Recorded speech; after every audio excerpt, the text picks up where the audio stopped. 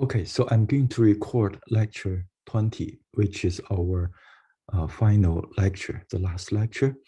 So we shall finish AlphaGo, and then I will just briefly give you a brief overview of reinforcement learning in general.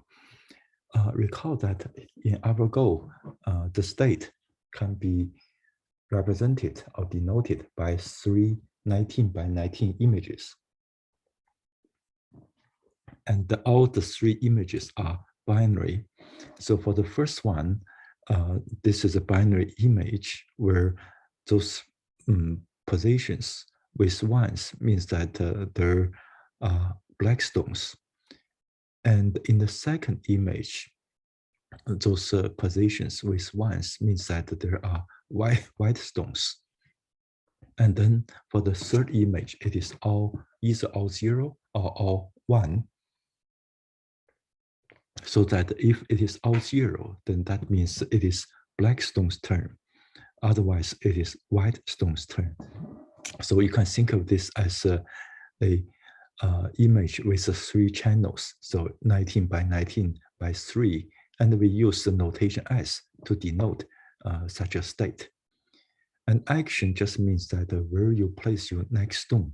So there are 19 by 19 positions. So each position potentially is a action, and you can also add the pass. So you have 19 by 19 plus 1 actions. So therefore, you can use a histogram to plot your policy, which is conditional distribution of A given S. For example, say 40% of the time, you may place your stone here, and say 20% of the time you place your stone here, and 30% of the time you just pass. So I here just give you a graph illustration of this policy. And then we also have the value, either state value or state action value, or simply just action value. So state value means that if you start from this state and you play according to a policy, and then you just average the outcome or the final score. So that's the state value. And the action value means that at this state, if you play out this action, not necessarily according to any particular policy, you just choose this action. But for the rest, you play out according to a policy. Then if you average the final outcome, you get this QSA, which is the action value. Okay, and here the state value and the action value, they depends on playing out a certain policy.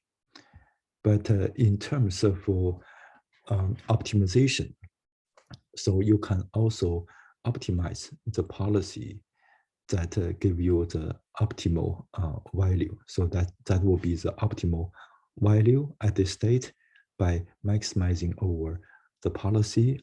And here, this if you maximize over the policy, and you get optimal action value. So often we put a star or star here to indicate that we maximize over policy. And here we assume that we work with a stochastic policy, but it is also possible that we work with deterministic policy. And in fact, in certain situations, so when we try to optimize this policy here to get optimal value, then it is possible that a deterministic policy can also achieve the maximum.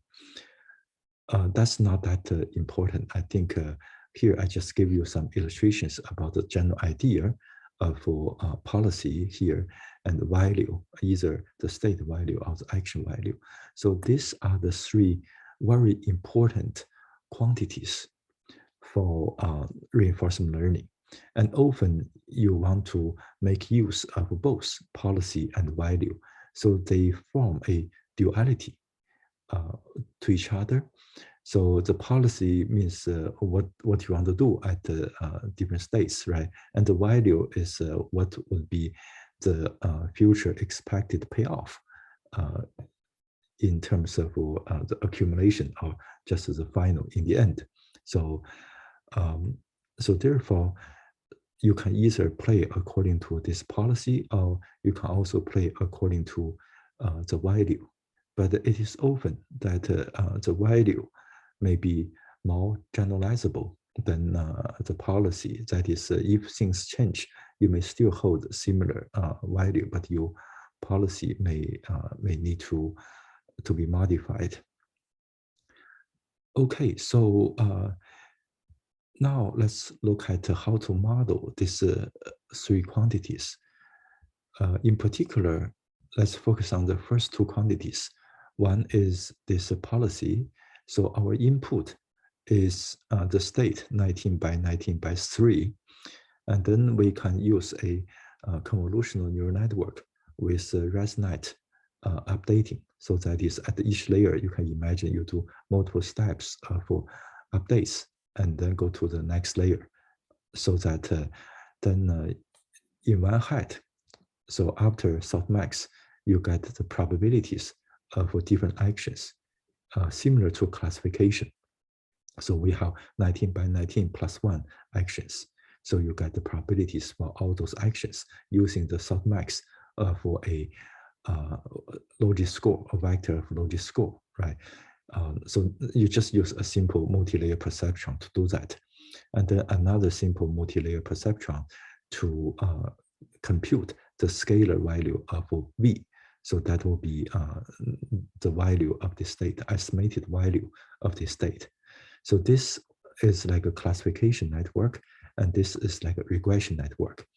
And here we just use the two heads, and the two heads share the same body, so that this part of the computation is shared.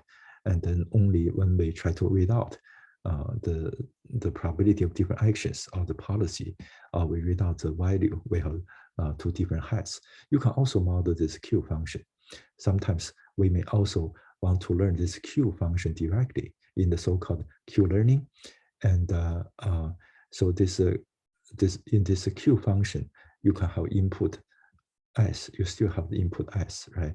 But then here, instead of say a single output for V of S, given S for each action, you also have output, right? So if you model Q, you may use, say, this a vector also of dimension 19 by 19 plus 1 dimension, so that each cell you compute the corresponding Q value for this action given the state. So you can parameterize this Q function similar to this one. Although here you are not output probability, you just output the value. Okay, and so here, as I mentioned, the policy and the value, they form a form of duality. So sometimes people call the policy as an actor. So whether this actor give a good performance or not, and then you use this value as a critic to decide whether the actor is good or not, or the action is good or not. So actor critic, they form a pair, and oftentimes you do want to learn both in order to for the fast computation, so that you don't slow down in your computation. Okay, so now let's look at how do we learn this policy network. So for the policy network, as we studied last time, we can either use supervised learning by maximizing the log likelihood of this action, observed action from human teacher given the state. So this is supervised learning or imitation learning, or we just mimic what a human does, or behavior cloning. So then we can update the parameters sigma, where sigma stands for supervised learning. We update the network parameters by increasing the probabilities of the actions of human teachers. So that's the maximum likelihood. But for reinforcement learning, we don't have a human teacher, we just play by self, right? So we let this P of rho, this reinforcement learning policy network to play against, for example, the supervised learned policy network. So we let this reinforcement learning network to be the Blackstone and as state S, then Blackstone generate action A, so that we get to the next state X prime, and then it's Whitestone's turn, who use the supervised network, which is fixed in this learning process, to generate A prime, which lead us to S double prime, and then it is a black player's turn, which play out this P rho, that is a reinforcement learning network, and keep going until the end. So at the end, we then update this rho according to this Z. So Z is positive 1 or negative 1 or 0.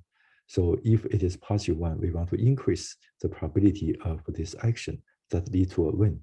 And if it's negative 1, we want to decrease the probability of this action which lead to a loss, right? Or 0, then we don't care. So this is actually called the policy gradient learning. And if you compare this one and this one, so the difference, as I mentioned before, is that this A is generated by human teacher. You always want to update your network parameters to increase the probability of this A.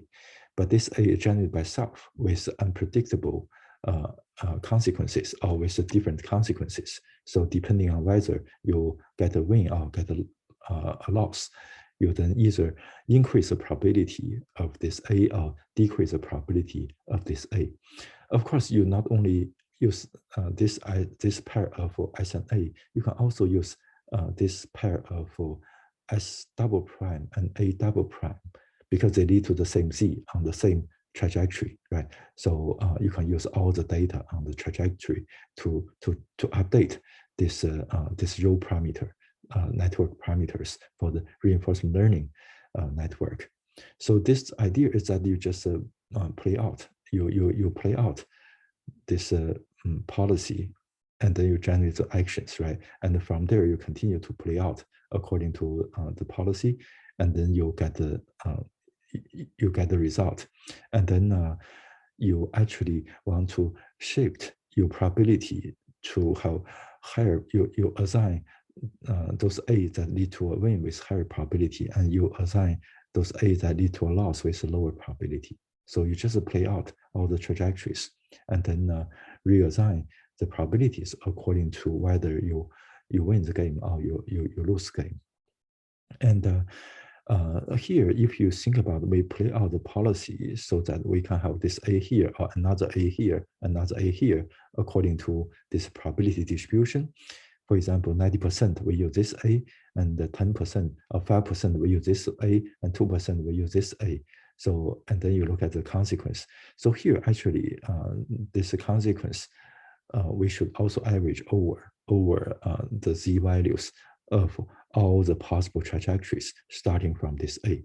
So this C, so here when we use the expectation, somehow it's a little bit ambiguous, but either we consider this C as already the average over the trajectory after we take this action A, or we may think that we just continue to play out this this policy along this thing, but so that we have all the trajectories and we do the average. But for now, maybe let's just assume that this Z here is like we already average the final scores of all the trajectories according to this policy starting from this A. Okay, and then to justify this policy gradient, which looked to be very reasonable, right? And to justify this, actually, we can justify this as a gradient ascent algorithm to maximize the expected payoff. So that is, if we sample A according to the current policy, right? And then each A lead to an average payoff like Z. And then we want to know what's the expected payoff. Okay, so that is we sum over all the A according to their probabilities, and Z as the result after we take action A. So that's a Z. And then it is the expectation will be just a weighted average of Z according to the probability of A given this S. For example, this is 90%, this may be 10%, this may be 5%, and so on. So you multiply this, the average result consequence according by this probability, you get the expectation. Okay, so here by drawing this graph, maybe you get a better idea of what you are averaging out. And then we have this key calculation. So the derivative for this value E of Z here is the summation. We take a derivative with respect to the model parameters rho. So this Z times the derivative of rho and P of rho A given S, right? We just take derivative for this function with respect to rho. So here there's a little bit subtle actually. This Z here we interpret this as the rest, right? Or the rest, the average for the scores for all those trajectories starting from this A. But if you play out this rho, this C, the average of this C may also depends on rho. So there's a little bit subtlety here, but you can actually resolve it. But here, let's just assume that the Z is unrelated to this rho, or you can actually estimate the C by a value function. But let's just assume that this C, we don't need to take derivative of the C with respect to this rho. Otherwise, you need to go through all those state and actions, and then sum them over and take the derivative with respect to rho over all those state actions. But eventually, the final result is like is similar to what we get here. So here, just be aware that it's a little bit wave hand or simplified derivation. In any case, here this is a key step. That is, we now take derivative for this density function of the probability distribution, right? And often we can rewrite this as a derivative of the log probability. And then, because when you take the derivative of the log, you need to have 1 over this p, right? And then the derivative of p. So therefore, you need to multiply back this p in order to get back to here. And then now this enables us to write this as summation of A of something times P of A. So that's exactly the expectation. So now we write this as expectation for P of A, and then we have this what's inside is a Z times the derivative of log P rho. So this actually agrees with the derivative of log likelihood, but here you see we have Z here, so that we either go gradient ascent or we do gradient descent, depending on whether Z is a positive one or negative one. Okay, so this is sometimes called the reinforced algorithm. So based on this very simple identity, so we can express the derivative with respect to rho. You know, rho here, rho is a parameter in this under this expectation, which is a parameter here when you compute the average, right? Average of A weighted by this PA. So, and then when you compute the derivative of P, you can write derivative of log P and then times P. The reason we want this P here is that then the summation of A of something times P of A will be the expectation of P of A of this this thing. So this justifies that actually when we run this algorithm, we are actually we update our rho, treating this as our gradient. Okay, and you may wonder that actually the true gradient is an expected value. For example, here you have the 3 A's, right? So for each one, for each A, you can compute this Z times the derivative with respect to rho. So for each A, you can compute it. So you can imagine that you should play out multiple A's, right? You play out multiple A's, and for each A, you have this value, and then you average them over. So that will be the true gradient.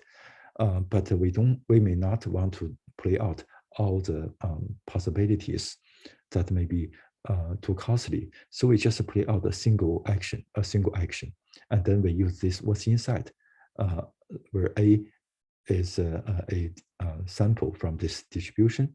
For example, 90%, it will be this A, 10% this A, 5% this A, and so on. And then we just use this single action to guide our gradient descent. So therefore, this one is not the derivative, right? But this one, at least, it is a unbiased estimate of this gradient. That is on average, this guy. So the average of this guy. So if we average over all this A, and for this one, then it will be the true gradient. But if you just play out a single A and use this one to be your estimate of this gradient, so there can be statistical fluctuation. But the point is that this one as a random variable, it fluctuates around this, with this to be the center. So in other words, this is a unbiased estimate of the gradient, or it fluctuates around the gradient, the true gradient, in an unbiased way.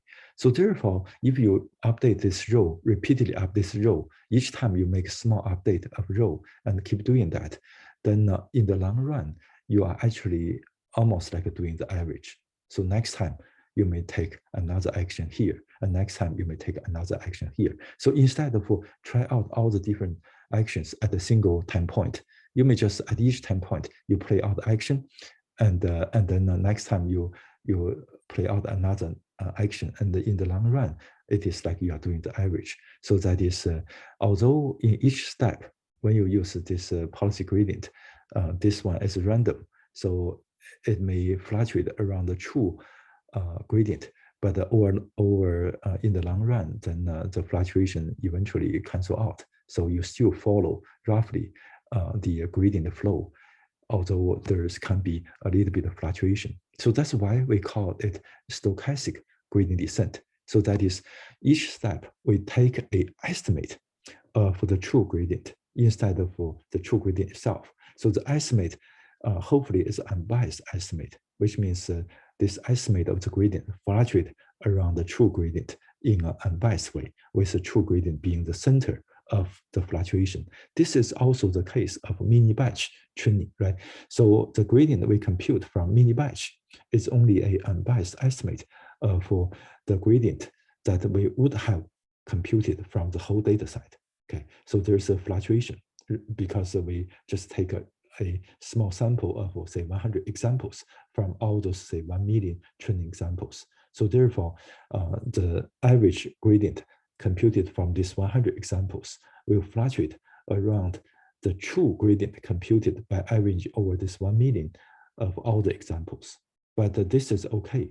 So that's what we call stochastic gradient. The stochasticity is caused because of the this one equal to this one only on average, or this one actually fluctuate around this one with some fluctuation.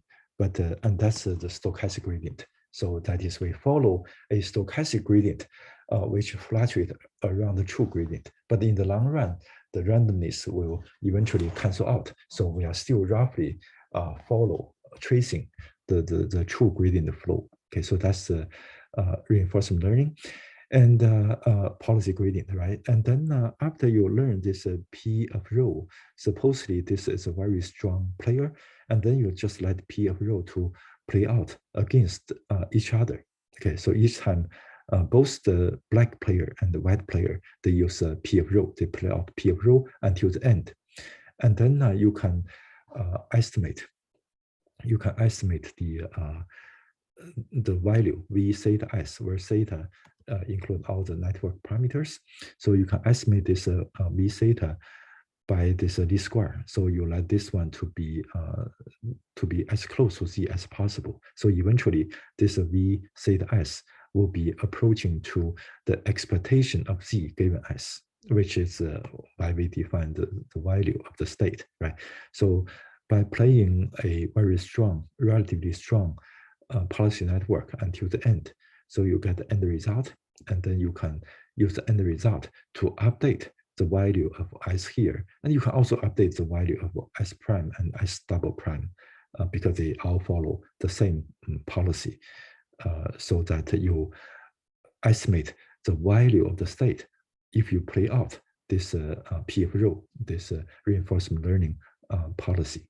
Okay, so these are actually the key parts for reinforcement learning. So we learn policy by policy gradient, and we can also learn the value by playing out. Okay, so after that, you can start to play the game, and in fact, you can actually use the learned policy or value to play the game already. Okay, let me see. Yes, so we are ready to play the game. So here, okay, let me move slowly.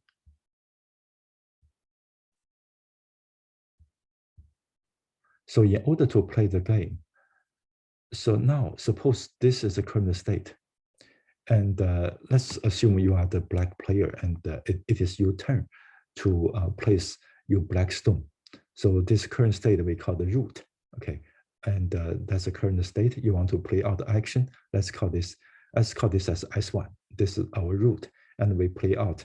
We can choose action A1, maybe this action to get our S2, but it may also be an A1, maybe also another action denoted by this, depicted by a branch, right? And then we get another S2, so a different S2.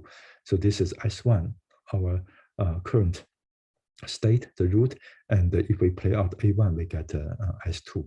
And how do we play out A1? How do we choose the action A1, right? So what do we do? So we can either use supervised learning policy, which is not very strong, but we can use the reinforcement learning policy.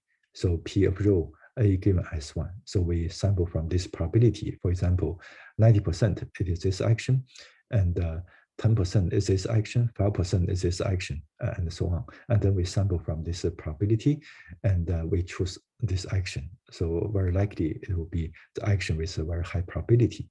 You play out this stochastic policy, and you get S2. But you can also imagine that we can choose A1, so that A1 lead to S2, right? And we want to go to a desirable place. Okay, the desirable place, so that S2 has high value. So we want to go to a high value state. So therefore, we can also choose A1, so that after taking A1, it leads us to a S2 with a maximum value. So we can also do that. Okay, but somehow this type of learning, or this type of policy or value, is very much like the reflex, or for example, this policy P of rho is very much like an impulse or reflex. You just do something. For example, if you walk, you don't think very much, right? You just walk instinctively. Or if you after you learn how to swim or how to ride a bicycle, you just play out this policy, and without much of thinking. And in fact, most for this policy network, maybe more or less a muscle memory, is you already memorize it in your subconscious mind, so that you just do it without consciously thinking about it, right? So this is like an impulse or reflex, and sometimes it can be triggered by our emotion. When we get angry or we get fearful, so we decide to fight or flight. So the emotion will trigger immediate action, which is a policy network. So it is mostly subconscious mind. So we can feel it. We feel strongly the urge, right? We feel the urge to do something. But sometimes we don't really have a clear sense why we are doing that, unless we think it over.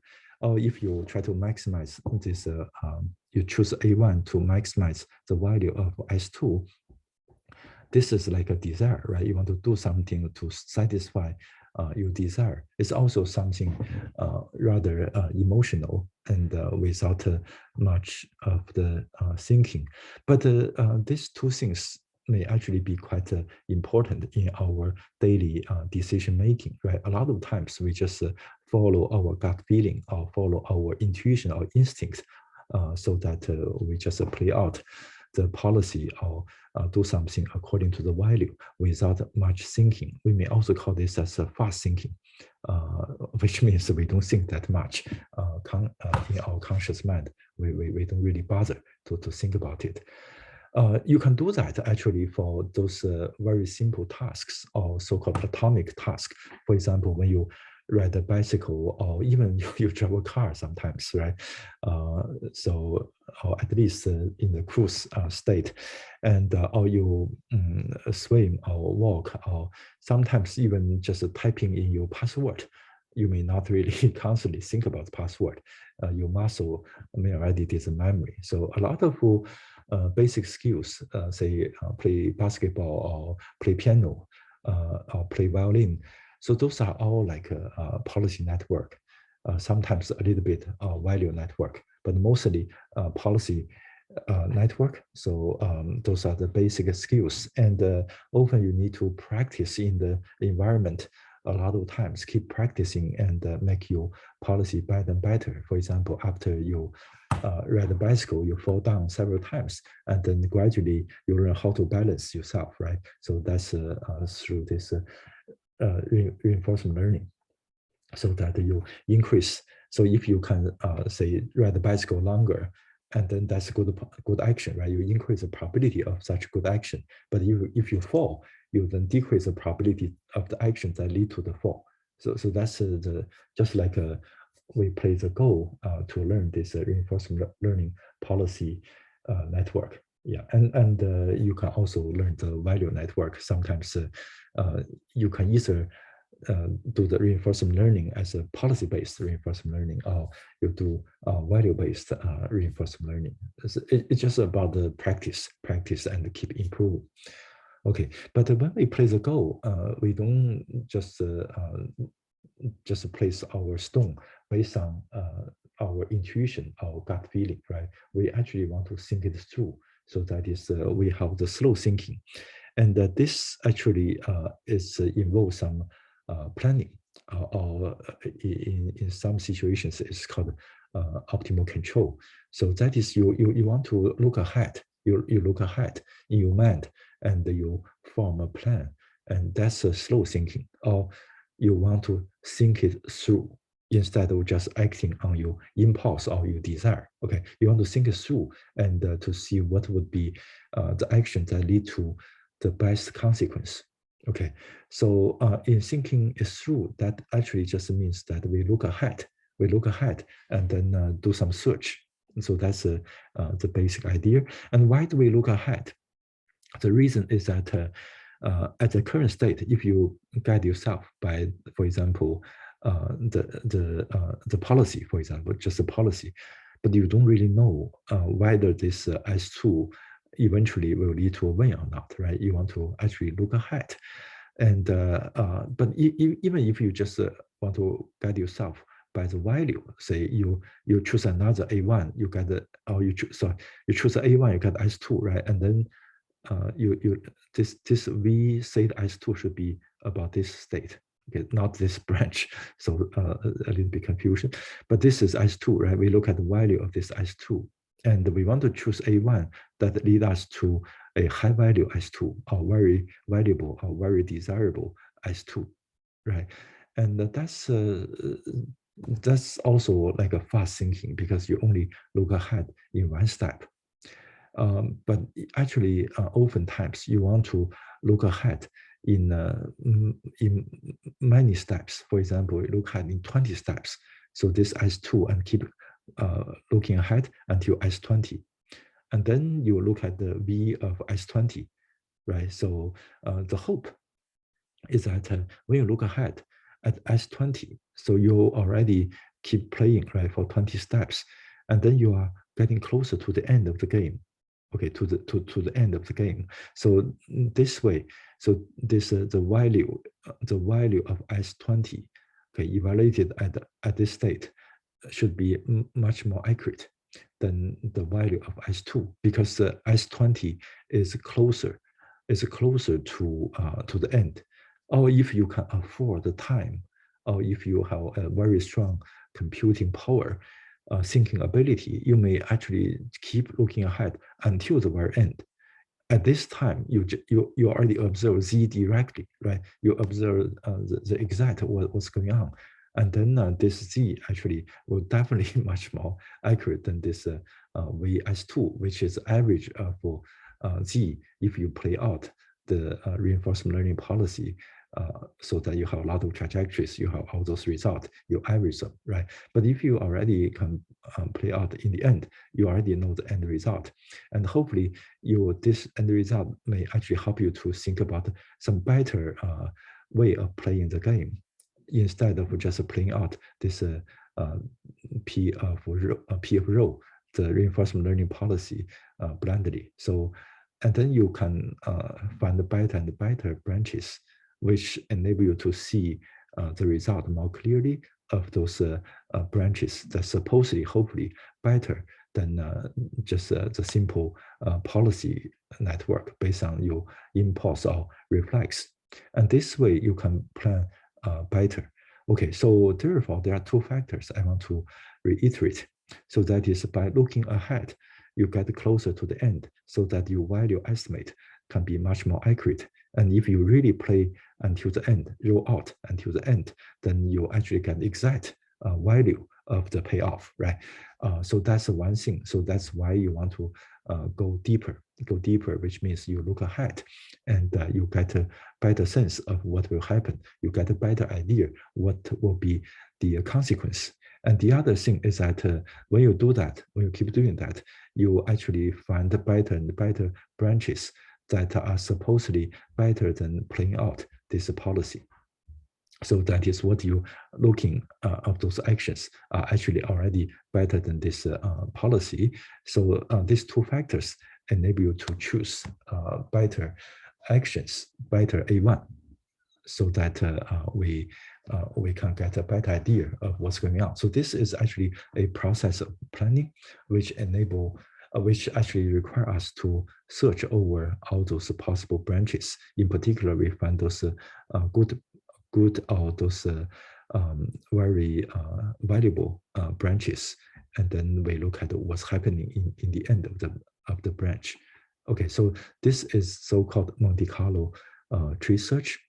And you can see that with a value network, we can reduce the depths. We don't have to play until the very end to get Z, right? So as long as we get to look ahead for a number of steps, we get a better sense of the final result. Because as I mentioned, this VS20 is a better estimate of the end result than VS2. Okay, so that is the value network enable us to reduce the depths of the search. We don't have to play until the end. And the policy network, this policy network, or supervised learning policy network, actually enable us to reduce the breadth for the search. So that is, we can generate those action A according to the policy. We generate, for example, 10 different actions according to the policy. We don't have to search over all possible actions. We can generate all those actions, 10 actions according to policy, instead of search over all the 300 actions. So this enables us to reduce the breadth or the width, right, of the search. Okay, so that's why we need the policy network and value network. So let me give you the overview of this Monte Carlo tree search. So at the current state, in the first step, this state is our root, but it's also our leaf state, because we haven't grown anything. And from this leaf state, we just expand. Say we expand 10 actions according to by sampling from a policy. So we can expand. And now we have a small tree, right? And then next time, we then need to traverse this tree so that we go down until we get to this leaf state. So there's a lot of, we may choose this branch, or choose this branch, or choose this branch. But if we choose this branch, say according to a policy or actually some value, and then we get to this state, this become our leaf state, right? And then we expand. But if you actually choose that one, this is your leaf state, you can also expand for a number of actions. But then from this leaf state, you can also calculate the value. And from this value, you can go up to update the value for this action, starting from S1. Okay. And now your tree become bigger, right? And the next time you continue to traverse, maybe you like this action quite a bit, you get S2 again, and then you take, and then now you need to choose one action or one branch here. Suppose you choose this one, you get S3. Okay, this become your new leaf. And from this new leaf, you again expand, say 10 actions by sampling from the policy. And then from this leaf, you also read out the value of this leaf, and then you go up, update. So the idea is that you update all those actions along all those actions, those branches along this path that you have visited. Okay, you go up along this path and update the values for those actions. So here we are talking about action values. And then next time you may have you go this way, you go this one, you go this one, and then you don't get to this branch. So you go this one, and then you have this S2 here. But you also have something, I didn't plot it, but you also keep this thing here. Okay, I just say that if you take this one, you're going to have a leaf here, right? And then you branch out, you expand, and then you also back up. So the idea is that you keep finding the branch to the leaf, and then expand, and then back up from this leaf. After you expand, your tree become bigger, right? And then next time you just find another path to get to the leaf, and then expand, and then back up. Okay, so that's the overall picture. And then now let me give you a little bit details about those steps.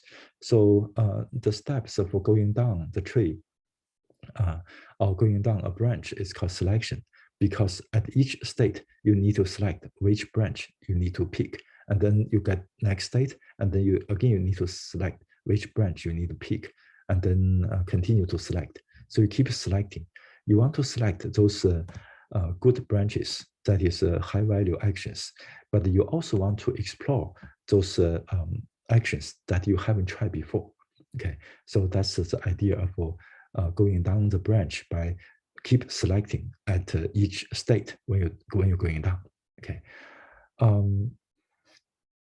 and then now, okay, so so here, and then we go to the next part.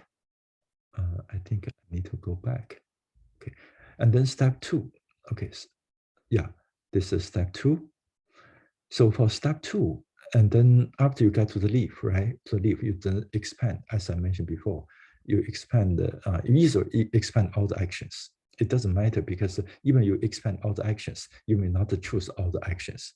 So, but you can also just expand a small number of actions according to your policy, or you may just expand one single branch. So there's different variations for implementing this Monte Carlo tree search. And then, as I mentioned, from this leaf, you read out the value, and from this value, you then go back to this branch to update the values of those actions based on the value of this leaf.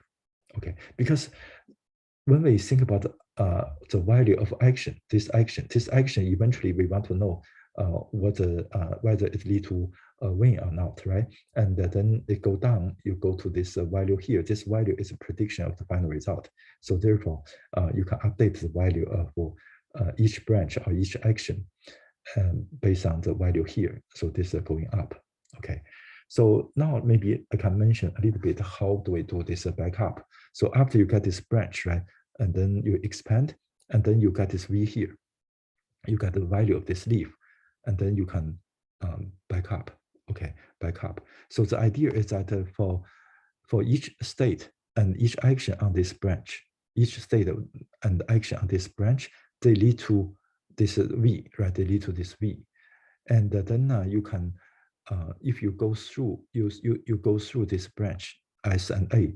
So you use N to count the number of visits, how many times you go through this S and A, right? And then you increase the number of visits by 1 because you visit one more time.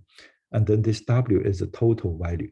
So you then add this value here to this WSA to get total score. And then you look at the average because the QSA is average, the expected value, right? Start from state A, start from state S, take action A, and then you have all those like all the possible trajectories, right, according to a certain policy, and you average them. So here you are doing this average. But actually here, this average is actually you average over all the selected branches, essentially. So this is average over all the selected branches that include all the selected branches that include this S and A, or all the selected paths that include this S and A, because you keep going down. So you choose one branch, and then there's this S and A, right? This edge. Maybe we shouldn't call this as a branch. This is just an edge. Let's call this edge, and this whole thing as a branch. So the idea is that this edge, okay, maybe like there's many branches that go through this edge, right? So for each branch, you get a V, and then you average those V. So that's what we are accumulating and averaging here. Okay, so that is when you do Monte Carlo tree search. Okay, you visit a lot of branches, and then if you look at this edge, so you look at all the branches that go through this edge, and then you average their value for the leaf of each branch. So you have this branch, you have leaf, right? You have V, and then there may be another branch that you have V here, and then you just average over the V for leaves for all those branches when you keep growing the tree.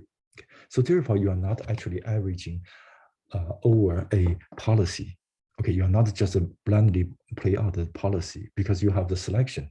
So eventually, you selected the branch actually may be better than the branch that you can obtain by just playing out the policy. Okay, so that's another thing that I mentioned, that you are averaging over those promising branches.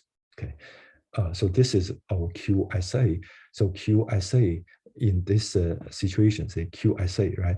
QSA, originally we define QSA according to a certain policy. So from this A here, no matter how you get here, you play out this policy and you average the C. That's how we define QSA based on a policy. But here this QSA, so you look at all the branches, right? You look at all the branches, you don't really get to the end. So sometimes you stop here, this is your leaf. Sometimes you stop here, that's your leaf. And sometimes maybe here, that's your leaf. Sometimes that's your leaf. Okay, and then you just average the values, VS, the values, all those leaf nodes S, you average those values. But those branches are not played according to a certain policy. For example, reinforcement learning policy. We are not doing that. Actually, those branches are selected based on a selection method that I'm going to discuss. And those selected branches may actually be better than the branches you would have obtained by just playing out the policy. Okay, so that's the idea.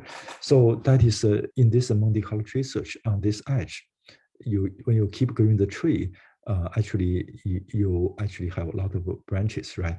So as I mentioned, the point one is that we don't play out until the end. So when we go down a tree, when we get to the leaf, we don't roll out.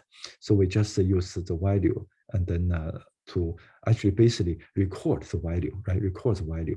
And then another branch, we again record the value, another branch record the value, another branch record the value, and then we average those value so that this is our QSA. But those branches are not obtained by playing out a simple policy. We actually use a rather sophisticated selection method so that those selected branches are actually more promising than what we would obtain by playing out a single policy. So we use a selection method Okay, so that's what I'm going to talk about. So those branches are not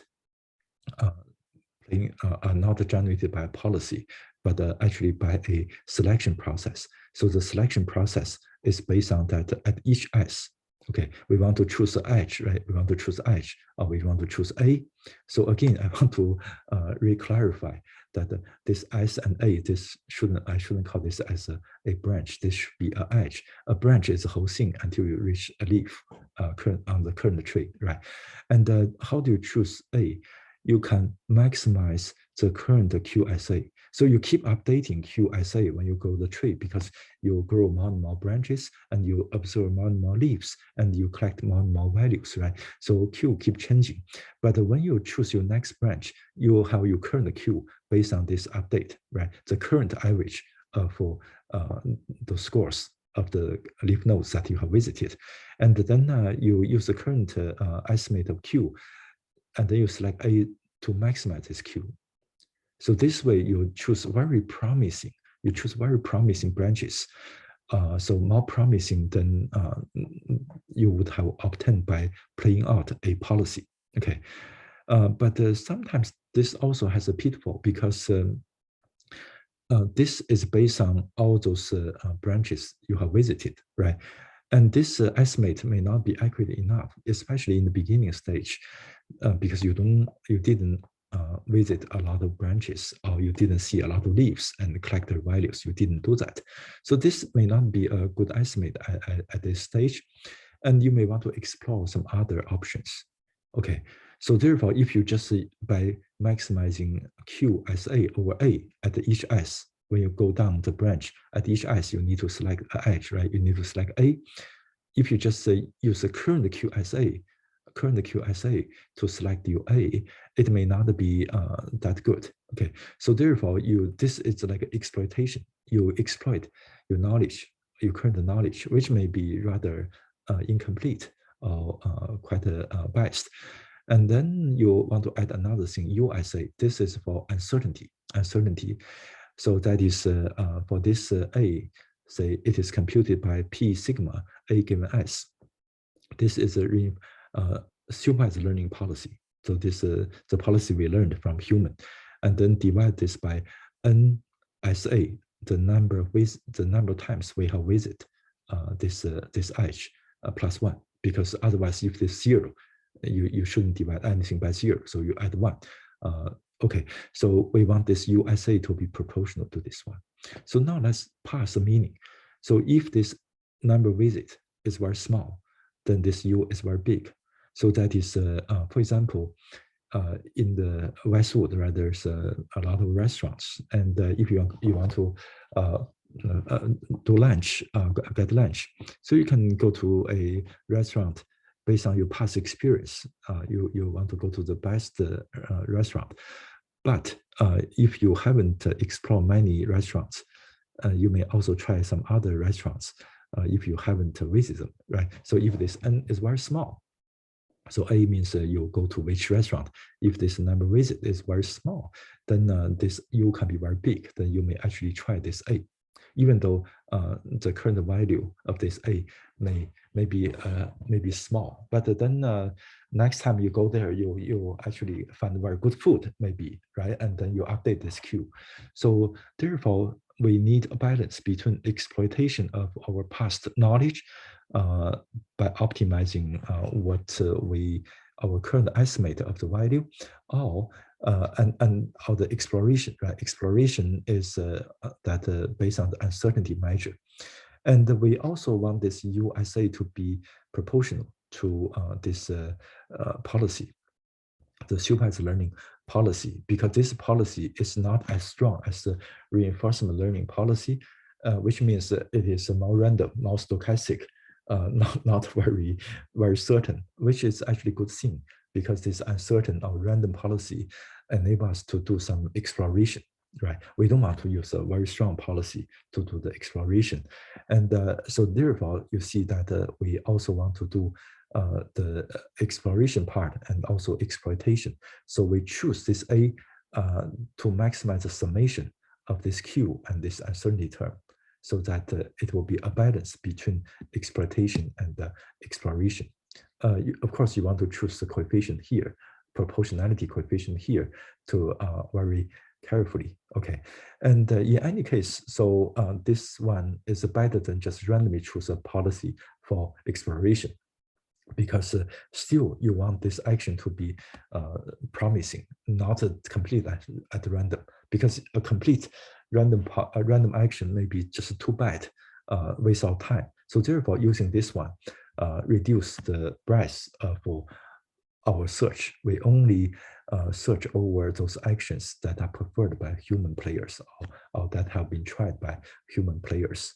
Okay, so that's the idea of how we select each action at each state, or how we select each edge. And if we keep doing that from the root, the current state, then we can get to a branch, eventually get to the leaf, and then we expand this leaf and also back up the value of the leaf. So we extract the value of this leaf and then update the number visit, because now you visit this edge one more time, and also the total number, total value also is added based on the leaf of this branch that you have explored, and then you do the average, you update your current value of this action A.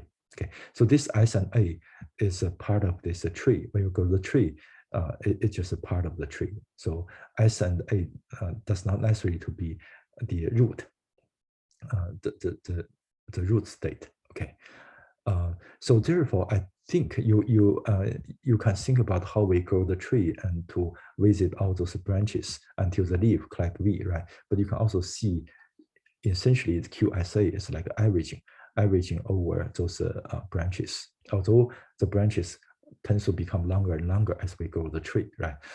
And also those branches, this time, as I mentioned, are generated by the selection process, which may be much better than reinforcement learning policy network or any policy network.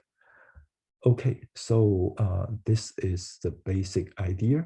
And now you can see that what we do is we train policy networks, and we also train value network. So we actually train two policy networks. One is supervised and the other is reinforcement learning. And then based on the policy network and value network, we do Monte Carlo tree search.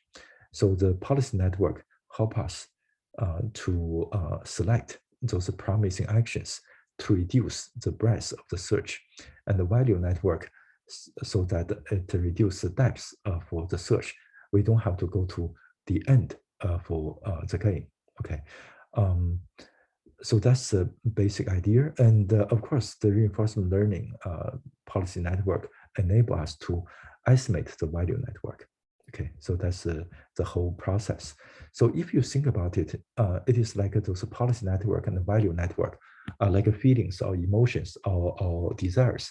So more on the emotion side or subconscious mind. So sometimes you also have feelings, right? You cannot explain very well. For example, why you like someone, why you don't like someone, or why you like a particular type of research or particular book, or you don't like one movie. So it's all somehow like in this subconscious mind. So it's generated by the network in our subconscious mind. But then after that, based on those feelings or urge or impulse or desire, then we start to think through based on this Monte Carlo tree search. Okay, this Monte Carlo tree search, so that eventually we go over search for say 20 or even 50 steps. So the tree become bigger and bigger because we keep doing when we get to the leaf, right? We keep expanding. So the tree will become bigger and bigger. And so within the allowed time, then we grow a big tree for this Monte Carlo tree search, guided by this value and policy. So this is a slow thinking process. So I want to mention that this is the real play. This is like the current state. And those are all in the imagination when you think about it. Some in playing the Go, people may spend hours just to think about a single step, say a single step of A1. But in order to think about single step A1, you need to think A2, A3, A20. So keep keep playing ahead, keep thinking ahead, and keep growing the tree.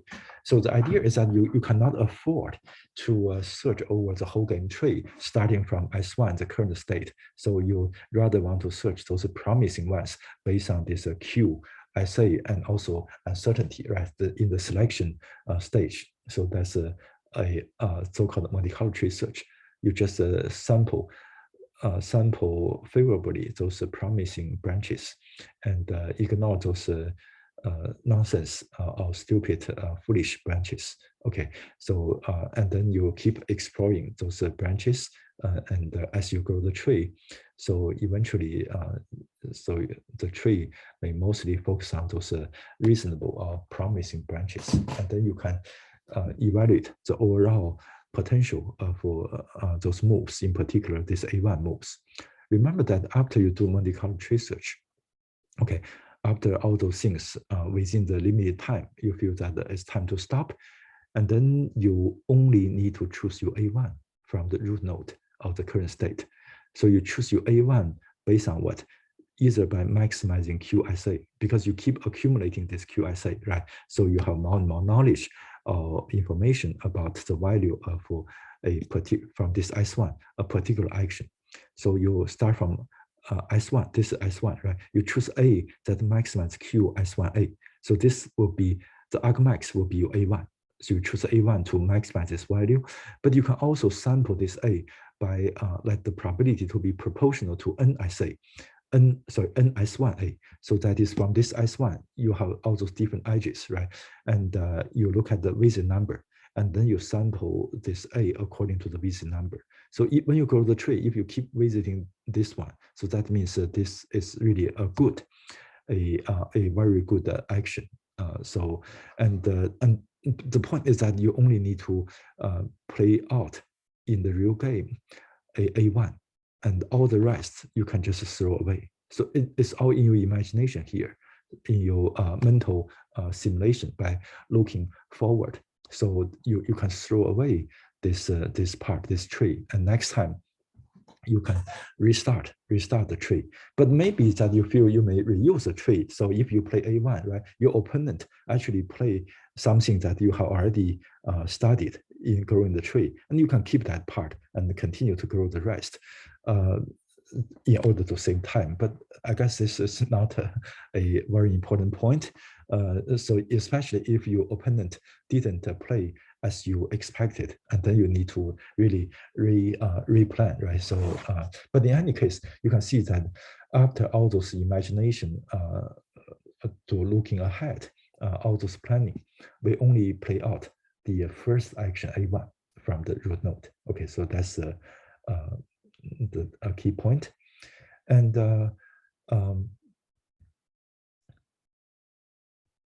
yeah, I think I already mentioned those points.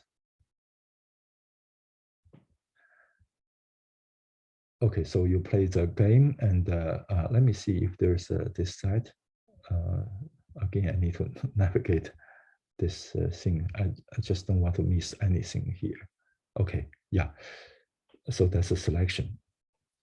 Okay, so this is AlphaGo 0. In fact, in AlphaGo 0, they didn't use a residual network. They use a 15-layer regular convolutional neural network. And also, they have a rollout. They train another very small network to roll out to the end, instead of just using the value.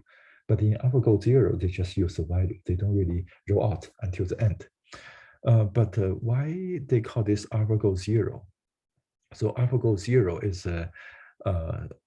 is quite different, actually, from the AlphaGo, in the sense that in AlphaGo, for example, we train this policy and value network in England, for example, where DeepMind is, right? And then the team flew to South Korea to play this top human player. This guy is a very good player, probably the #1 at that time, or certainly highly regarded as the best. And then in South Korea, you play this Monte Carlo tree search when you play with this human top player. Okay, and guided by this policy and value network that you trained in England. So that's the idea. And now, actually, you already have this Monte Carlo tree search, right? So in AlphaGo 0, so before we say fly to South Korea or Asia or maybe China to play with the other guy, right? A Chinese guy who's also extremely good. So in England, why not? You just use Monte Carlo tree search to play with itself. Okay, so that is now you think about self-play. In England, you use Monte Carlo tree search to play with itself. So both the black stone and the white stone use Monte Carlo tree search to play out. So each step you grow a tree and you select the A1, the bisection. And then here you grow a tree, select bisection. And here you grow a tree, select bisection. So you just let the Monte Carlo tree search to play with each other until the end. And we know that in Monte Carlo tree search, we need to be guided by the policy and value network, right? You start from a random policy and value network. It may be very crappy, completely garbage, but still you can use it to guide your Monte Carlo tree search, which is also quite trashy, right? But in any case, you play and until the end, you get something valuable, whether you win the game. Okay, so this is something that from the real play, and then you can use this C to update your value. So here, this is a S prime in both S prime and S, or all the states along this trajectory. You can use this C to train this value network. Okay, so that is each for this V for each S should predict the C as accurate as possible using the least square laws. Okay, so this is something valuable. You can predict it, and then this value network already not completely garbage, right? So it contains something from the practice. You already practice, and you observe the consequence, the result, and then you use this V to guide your Monte Carlo tree search. It may become better. So this Monte Carlo tree search may become better. It generates a meaningful A. So after you grow a tree and you take the next move, which is A, you generate meaningful A, and here you generate meaningful A prime, and so on. So after that, you can use this more meaningful action to update your policy. Okay, you get a better policy. Now you improve your policy, you see. And then you again play out until you see, get this Z, and then you use this Z to update your value network. Okay, so your value network also become better. And then now you use improved policy and value network to get Monte Carlo tree search. So this time Monte Carlo tree search also become better. And then you play out the Monte Carlo tree search. So you get a Z, and then you again update. Okay, so now you see that the policy and value and the Monte Carlo tree search, they help each other, right? Policy and value are needed for doing Monte Carlo tree search by reducing the breadth and depth. And then Monte Carlo tree search generate action which may be better than the policy, so that they can be used to distill the Monte Carlo tree search action back to the policy. Okay, and also you generate the result, right? You see the final end. If you play to the end, you see the result, and then that enable you to further improve the value network. So the point is that you don't need human data anymore. You just start from a nonsense garbage policy network, value network, and then as long as you play, keep getting the C and you keep improving, so eventually you get a very powerful policy network and the value network. And also, as a result, your Monte Carlo tree search algorithm is also getting better because it is guided by an improved policy network and improved value network. So this actually form a perfect like a cycle, right? The so-called whatever this benign cycle. So they help each other. And you can imagine that the policy and the value are like our emotions, desires, impulse, or urge, or feeling, gut feeling, right? So those are subconscious mind. And the Monte Carlo tree search is like our conscious mind. We do explicit like a planning, right? Search and planning or reasoning. And then it's like based on your impulse or you gut feeling, you think through, and then you know what should be the good action, what would be the final result, and then you use that to further update your emotional part, the subconscious network. If you're young, you probably can still do that, so that you make yourself have better feeling, better feel about this board game, right? And also you can think better in this way. So you have the conscious mind to do this sequential thinking search, mostly sequential, right? Search is mostly sequential, but you can also train this policy and value network, almost like it's mostly parallel. It's like a GPU type of thing, but the Monte Carlo tree search, well, you can still parallelize maybe, but more like a sequential search, CPU type of things. So these two sides on the network side is based on those dense vectors and neural network, but on this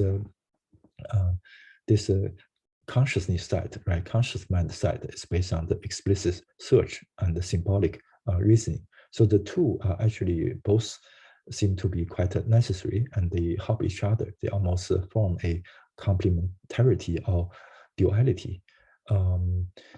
So therefore, if you think back about the transformer, it is more like the policy, right? You just generate. You don't even have a value, and certainly there's not much search or reasoning. So it may be interesting if you can figure out all those logical rules or those search methods, whether there's a universal recursive search algorithm in our mind, right? Or whether it can emerge from the transformer. Probably you need to assume it just by design as a so-called inductive bias. But this still unsolved. For more general AI, probably you still need a symbolic, logical, and grammar type of reasoning, in addition to the big models based on neural networks such as transformer or residual network, convolutional neural network. Okay, so that's about AlphaGo 0. 0 means you start from scratch. You don't need to learn from the human teaching, right? Okay, so I think at this point, probably I can give you a review of reinforcement learning in general, and with a concrete example of AlphaGo. So that's why I think for the beginners, often such a concrete example is a good starting point. And then we can see that we can actually formulate this problem in terms of this so-called Monte Carlo, Markov decision process, MDP. Okay, so this Markov decision process is like this. We start from S0, our initial state, and we keep doing. So this is a plot that we may use. So in addition to those trajectory plots, the tree plots, this also is a simple plot that I hope it is helpful. So that at state time t, we have action at, and then we get to the next state, st plus 1. And then we take action at plus 1 and so on, get to the next state. And in this episode, then we collect the reward rt. And for this one, we collect the reward rt plus 1 and so on. Maybe we also get to the end, right, the terminal state, and then we also get our z. Z is the final result. So for AlphaGo, for Go, we actually don't have immediate reward. RT is an immediate reward. We only have a terminal reward Z, right? We don't have an immediate reward.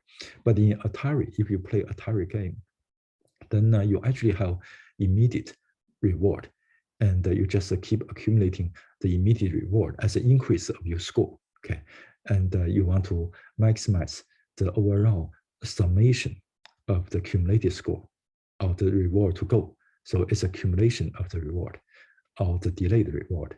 So therefore, this AlphaGo is the so-called sparse reward situation. You don't observe the immediate rewards. You only have delayed or terminal final reward in the form of Z that we studied. But in Atari, you actually have immediate rewards and you want to accumulate. And also there's the issue of whether there's a terminal state after a finite number of times. If that's the case, this is called a finite horizon game. But if there's not a predefined terminal state or the time that you can play the game, so it's an infinite sum, right? Infinite sum. So this accumulation. So in a lot of reinforcement learning tasks, people actually, it is similar to Atari. You keep accumulating those rewards for infinite many steps. Therefore, to make this mathematically sound, you often need to add a discount factor, say this gamma and then gamma squared times r of t plus 2 and so on. So this gamma is less than 1, so that the summation is is not diverge. So you will not explode, right, when you sum them over. So it's mathematically well defined. And it is also reasonable because you really want to discount the future. Say $1 in the next year may only worth of $0.50 today. I don't know whether this is true or not. Probably not. I don't want to scare people. But in any case, there's a discount factor, right? It's reasonable to include the discount factor. And also you can think of discount factor as to account for this so-called uncertainty, because you are quite uncertain about the future. So you rather want to get your cash today than being promised to get your cash 1 year later, right? Because whether you don't know whether the promise will be true or not. So this also the discount factor.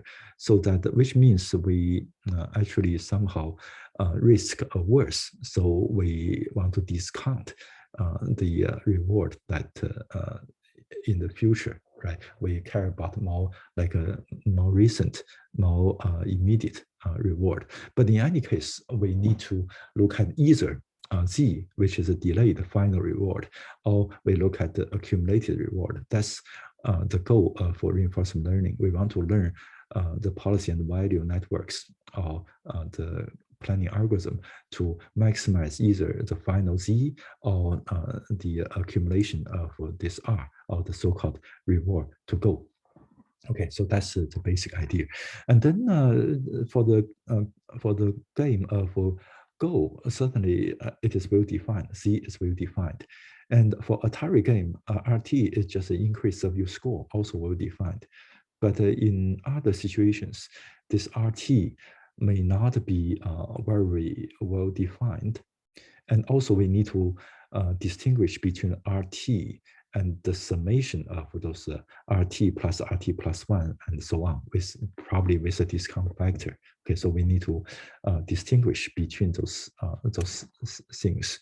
So RT may also be quite subjective in the sense that you put in some like a other type of like a reward, not just in terms of money or score. So there may be some other way to measure the reward. So this part is actually not entirely clear. And sometimes based on people's behavior, we may try to infer what their reward system is, right? That's the so-called inverse reinforcement learning. But in any case, so let's look at the formulation. So we have this so-called word model, which consists of two parts. One is a dynamic model. For example, at the ST, given AT, you get ST plus 1. For example, in the autonomous driving, when you drive a car, so this is your current position of your car, and your AT may be how much gas you gave, the acceleration, right? And how you turn your wheel. So that's also another acceleration. So, and then you get the next position, follow the Newtonian mechanics. So that's a deterministic. But more often, since there can be uncertainty, so it can be stochastic, so that it is in the form of a Markovian model. So given ST and AT, the distribution of ST plus 1 is independent of all the past history. So that's why it is called Markovian, and it is specified by this conditional probability. So at ST, if we take action AT, what should be our ST plus 1? What's the distribution of ST plus 1? So this is called the stochastic dynamic model. And in AlphaGo, it is deterministic, certainly deterministic, right? So we place a stone here, and then we get our next state. So that's deterministic, and it is given. And for this other situations, it may not be known. But for autonomous driving, if you do this control at this level, then this is also given. Okay, so another part of this word model is the reward model, which is often neglected in the literature. So we may have a deterministic reward model where this RT, so this RT is a function of ST and AT, because in the deterministic system, given ST and AT, we also know ST plus 1, right? But in general, it can be stochastic. So that is, deterministic things can be considered as special cases of stochastic things. So the stochastic reward model will be P of RT, it's conditional distribution for RT, given ST, AT, and ST plus 1. So in this episode, right, what will be the reward that you collect? And as I mentioned before, this reward may be a little bit subjective. Okay, so this reward model is also part of the word model, which somehow not emphasized enough. And then reward to go, as I mentioned, is just RT plus 1 and so on. You may also add the gamma and the gamma squared and so on, gamma cube, right? So for the discount, as I mentioned, and sometimes in the case of Go, you only have final Z and all those immediate reward are 0. But in any case, you want to maximize this cumulative reward. So that's your goal. And for this purpose, you learn a policy as in this AlphaGo. And at this state S, you want to know what should be your action, right? And you can also learn a value Vs. So Vs, for example, if you have y at ST, and you have the value, right? This value is the expected cumulative reward. Supposedly from this ST, you have a lot of trajectories. Recall our trajectory plots, we have a lot of trajectories. So on each trajectory, we can accumulate the reward, or we observe final Z, and we average the accumulated reward. So that's a value, okay? We can also find a value model, learn a value model, and you can also learn a action value, right? So this QSA at S, if you take action A, no matter what policy you use, and then start from this A, you can either take a certain policy or use the optimal policy, and then you play out the rest. And then you also have a lot of trajectories, and along those trajectories, you can either accumulate this RT or you observe the final Z, and then you average over those trajectories. That gives you the value of the action. Okay, so and we can also think about a search algorithm to do the planning by looking ahead. And then we need to distinguish between model-based reinforcement learning and model-free reinforcement learning. So model-based reinforcement learning means that you know model 1 and model 2. You know the dynamics. For example, when you play the Go, you know this rule, right? When you drive, when there's an autonomous driving system, it can actually use Newtonian mechanics to know this, this deterministic dynamics. So if you know 1, and more importantly, I think you should also know 2. So that is, given this dynamic model, if you know the dynamic model, you can predict, okay, you can predict ST plus 1. But given the reward model, you can predict RT, okay? So the ability of predicting ST plus 1 and RT given ST and AT. So this is what we call this, you know the model. And then you can do model-based reinforcement learning. So which means you can either practice in your mind. So it is as if for in your mind, you just play out, right? For this policy or value and use a policy gradient or some value type of learning. And then you can learn the policy and value. You don't need to interact with the real environment. Okay, and you can even use consider planning by looking ahead. So the reason you can look ahead is because you know the dynamics. You can predict the next state, and you can also predict the reward. Okay, so you know the rule, how to get the reward, so that you can play ahead you can do this in your imagination. So therefore, you can either just simulate in your mind what will happen to optimize your policy network by policy gradient. You can also look ahead to search the sequence of actions so that you can plan out your sequence of actions. Although you may just play out the first action in your plan and replan later, but still this is the planning. And in fact, for autonomous driving, this is called optimal control at this time scale. For example, 3 seconds. Every 3 seconds, you just plan your action, whether you give gas or give brake, or whether you turn the wheel. Okay, you do this planning because you know the model. Okay, this is model-based reinforcement learning. Although you don't have to do the planning in model-based reinforcement learning, just simulate an environment and practice in your environment. Okay, so that's, but mostly I think the power of a model-based reinforcement learning is that you can do planning. And this actually characterizes the human society, right? So in our society, a lot of things are actually based on imagination or based on our knowledge about the dynamic model and the reward model. For example, we have the money. If you give money to a chimpanzee, I don't think the chimpanzee will give you his banana, right? But if you give money to a person, a lot of money, then the person may give you his house. But then the money is just a piece of paper, right? Because we have we share a common dynamic model, so we can do that. It's all based on imagination, or maybe a fiction, if you want, or hallucination. But still, you know, all those like investment, and also you buy stock, and all those things, financial things, are based on anticipation and expectation. So it's actually model-based. It's all model-based planning, and that's why it is rather fragile. And also people's political difference may caused by the fact that based on their experience, they learn different dynamics, and they also learn different reward models. So they have different ways for predicting the next state, and also the reward given ST and AT.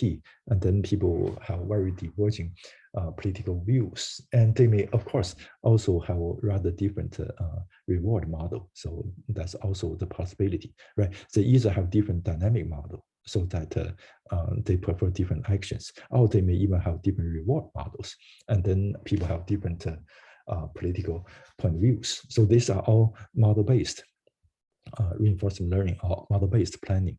And in Go, it is certainly model-based. We know the rule, we know how to decide Z, right? And then we can plan.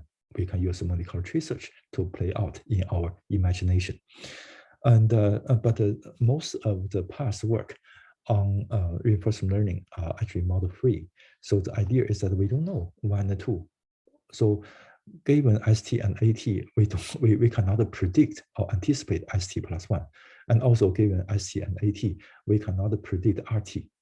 We can only observe, we play out AT in the real environment, so that we can observe, experience ST plus 1. And also we can observe RT, we can collect RT. Okay, so that is this time, if we don't know the dynamic model and the reward model, so which means we don't know the word model, we can only play out in the real environment. Okay, and in the real environment, and then we can use policy gradient to update, to optimize our policy, so that if it leads to a good result, we then increase the probability of this action. If it leads to bad result, we then decrease the probability of this action, right?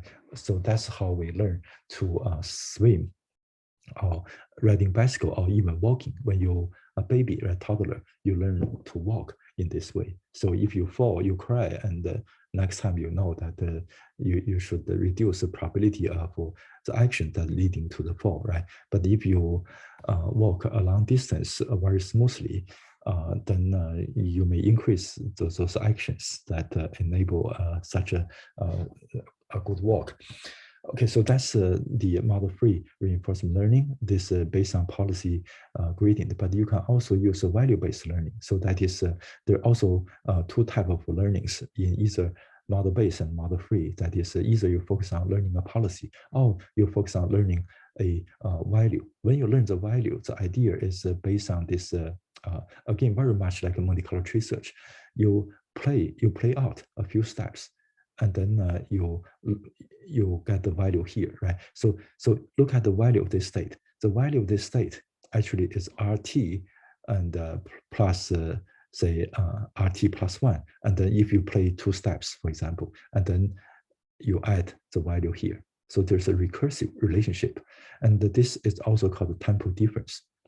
So this tempo difference relationship enable you to keep updating the value by playing out so that you can collect the real reward from the real environment. And also you can predict the rest of the cumulative reward based on the value here. And then you can use that to update your value here. So very much like looking ahead or playing ahead. This time we are not just thinking ahead, we actually play ahead. And then we can go back to update the v function, our value function here. So if you know the value, then next time you just take an action that lead to a valuable state. Okay, you can also learn this QSA, the action value, similar to the AlphaGo, right? We learned this QSA, and also based on this recursive, say the QSA, suppose the optimal QSA here, it is actually RT plus then the optimal QSA here to predict the rest. So you play out maybe 1 or 2 steps or a few steps, and then you get to a state, and then you just use the current value model to predict the rest. And then you add them up. You use this new updated value to update the value of this ST and AT. So this is called Q learning, which is based on this recursion, tempo difference recursion. Again, just look at state value. The state value here is RT plus 1, and then plus the state value at ST plus 2, right? And after you get this one, you then update your value here. So that's how we learn the value based on this. Essentially, it's a fixed point, right? So recursively doing that. So that's a value-based reinforcement learning. So in either case, so for either model-based or model-free, you can either use like a policy-based or value-based. But then nowadays, people actually learn both the policy and value together in this so-called actor-critic learning. But the key idea are already in AlphaGo and in what I described here. I think it is more important to distinguish between model-based reinforcement learning and model-free reinforcement learning. I would say for model-free reinforcement learning, it's more useful for some basic or atomic tasks, for example, swimming or riding bicycle. But for model-based reinforcement learning, it's more about more complex tasks, for example, Go, or like doing some investment or planning out your career or your study. So those are actually model-based. And that's why we often fantasize, right? Our imagination. So because we use our word model to play out in our mind and to fantasize the future, and so that we can do some planning. And I think for human, we actually do both, right? We practice running or playing tennis or playing piano. So those are like model-free reinforcement learning. So in order to learn swimming, you don't need to know Newtonian mechanics or fluid dynamics, and you just practice in the real environment. But for more complex tasks, for example, playing Go, playing chess, or doing some more like complex things, you do need like this type of model-based planning, so that the value and policy networks help you to do the planning, help you to speed up the computation for this model-based planning. Okay, I think I'm reaching to the end for this class. So we didn't really have a lot of time to really get into the basics, but I think I probably already gave you most for the ideas. And I hope I may talk about a little bit about Q learning, but it's still based on this recursion, tempo difference, recursion, play ahead instead of think ahead for model-free reinforcement learning. Yeah, I think we actually finished everything. I plan to teach for this course in 20 lectures. So each lecture is like a 1 hour and 15. Is it right? 1 hour 15 minutes, right? And so those notes were taken by people in the class, and they kindly send me the notes so that after the class, I then record the Zoom video so that you can go back to rewatch and sometimes rewind if anything is unclear. I feel that this probably is the best way for teaching, better than you videotaping my lectures, because based on those notes, I can go over the notes more carefully and in a clear way. You don't need to see me in front of the blackboard and writing things, right? I think this is better. Although actually, indeed, it takes a bit of efforts after each recording. I need some rest, but I feel this is a very valuable thing to do, and I certainly feel you deserve my effort on this part to record videos, because I realized that indeed these videos are very useful, and people get used to watching the videos during the COVID, right? We do the Zoom teaching, so we always just record the Zoom meetings. So therefore, I feel that that's something, probably the best teaching materials that I can give you.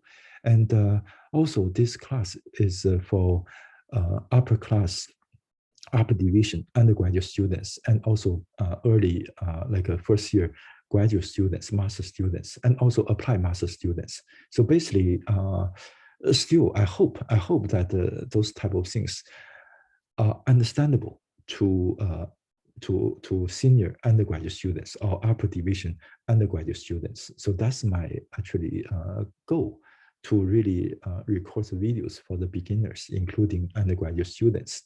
And I hope that I present a up-to-date. Up-to-date means up to, say, today or maybe a week ago. So very up-to-date account for what's happening in machine learning and deep learning. But this field is keep evolving. So I don't know whether next year I teach this, whether some materials may be updated. But I also try to emphasize the unified point of view and the different perspectives. I hope they are also useful to you. And in terms of mathematics, I feel it is also understandable, right? Because I often repeat some of those things again and again. I hope that it is okay for a upper division undergraduate student to learn those things. In fact, this is really my purpose. I have long been trying to teach a course like that, so that the beginners can understand the key ideas in the machine learning methods. And I hope that this course is useful to you. And I want to thank every one of you for your hard work and for your attention.